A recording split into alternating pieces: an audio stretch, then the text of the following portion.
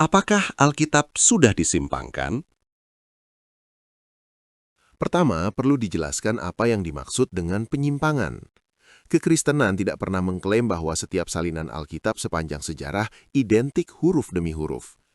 Yang diklaim adalah bahwa pesan, ajaran, dan isi wahyu Allah tetap terjaga, meskipun ada perbedaan kecil dalam penyalinan seperti ejaan atau urutan kata. Ini justru diakui secara terbuka oleh para sarjana Kristen dan non-Kristen.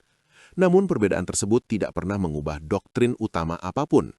Tidak ada ajaran tentang siapa Allah, siapa Yesus, atau bagaimana keselamatan diperoleh yang bergantung pada satu ayat bermasalah. Secara historis, Alkitab, khususnya Perjanjian Baru, memiliki dukungan manuskrip yang luar biasa. Terdapat ribuan naskah Yunani kuno dan puluhan ribu terjemahan awal dalam bahasa Latin, Syria, dan Koptik. Jumlah ini jauh melampaui karya sastra kuno manapun.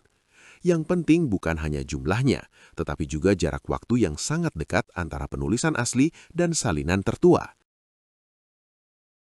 Injil-Injil ditulis pada abad pertama dan fragmen seperti Papirus P52 dari Injil Yohanes berasal dari awal abad kedua. Jarak beberapa puluh tahun ini membuat kemungkinan perubahan besar hampir mustahil, terutama jika dibandingkan dengan karya Plato atau Julius Caesar yang manuskripnya berjarak lebih dari 1000 tahun dari aslinya, namun tetap diterima sebagai otentik. Untuk Perjanjian Lama, penemuan gulungan Laut Mati pada tahun 1947 menjadi salah satu bukti terkuat. Gulungan ini berasal dari beberapa abad sebelum dan sesudah Masehi, jauh lebih tua daripada naskah Ibrani yang sebelumnya dimiliki. Ketika kitab-kitab seperti Yesaya dibandingkan, isinya hampir identik dengan teks yang digunakan sekarang.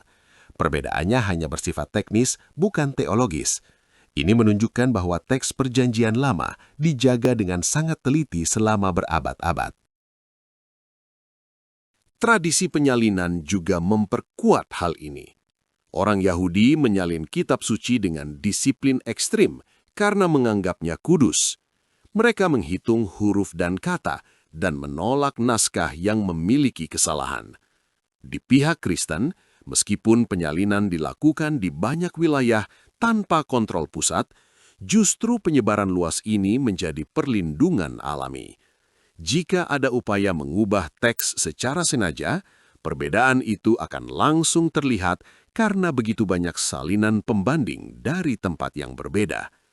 Selain itu, kesaksian gereja mula-mula sangat penting. Para pemimpin Kristen abad pertama hingga keempat mengutip Injil dan surat-surat rasuli ribuan kali dalam tulisan mereka. Kutipan-kutipan ini cocok dengan Alkitab yang ada sekarang. Bahkan jika semua manuskrip Perjanjian Baru hilang, isi utamanya masih bisa direkonstruksi dari tulisan para bapa gereja. Ini menunjukkan bahwa ajaran Kristen sejak awal sama dengan yang tertulis dalam Alkitab hari ini. Arkeologi juga memberikan dukungan tidak langsung. Penemuan tentang tokoh seperti Pontius Pilatus, Raja Daud, dan kota-kota yang disebutkan dalam Alkitab menunjukkan bahwa kitab ini berakar kuat pada sejarah nyata, bukan dongeng yang dikarang belakangan. Arkeologi tidak membuktikan iman, tetapi ia membantah tuduhan bahwa Alkitab penuh kesalahan sejarah. Yang terpenting bagi orang Kristen adalah kesaksian Yesus sendiri terhadap kitab suci. Yesus memperlakukan Taurat dan kitab para nabi sebagai firman Allah yang berotoritas. Dalam Matius 5 ayat 18, ia berkata bahwa satu iota pun tidak akan lenyap dari hukum Taurat.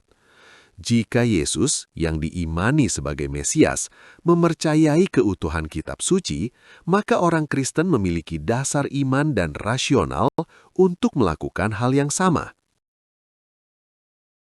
Akhirnya, secara logis, gagasan bahwa Alkitab telah disimpangkan secara menyeluruh menghadapi masalah besar. Untuk mengubah pesan inti Alkitab, seseorang harus mengendalikan semua komunitas Kristen di berbagai benua, mengubah ribuan naskah dalam bahasa berbeda, dan menghapus semua jejak sejarahnya, tanpa satu pun catatan protes atau bukti perubahan. Ini tidak masuk akal secara historis. Karena itu, jawaban Kristen bukanlah bahwa Alkitab tidak pernah mengalami variasi teks, melainkan bahwa Alkitab tidak pernah kehilangan pesan dan ajaran utamanya. Firman itu telah diuji oleh waktu, sejarah, kritik akademis, dan penemuan arkeologi, dan tetap berdiri konsisten.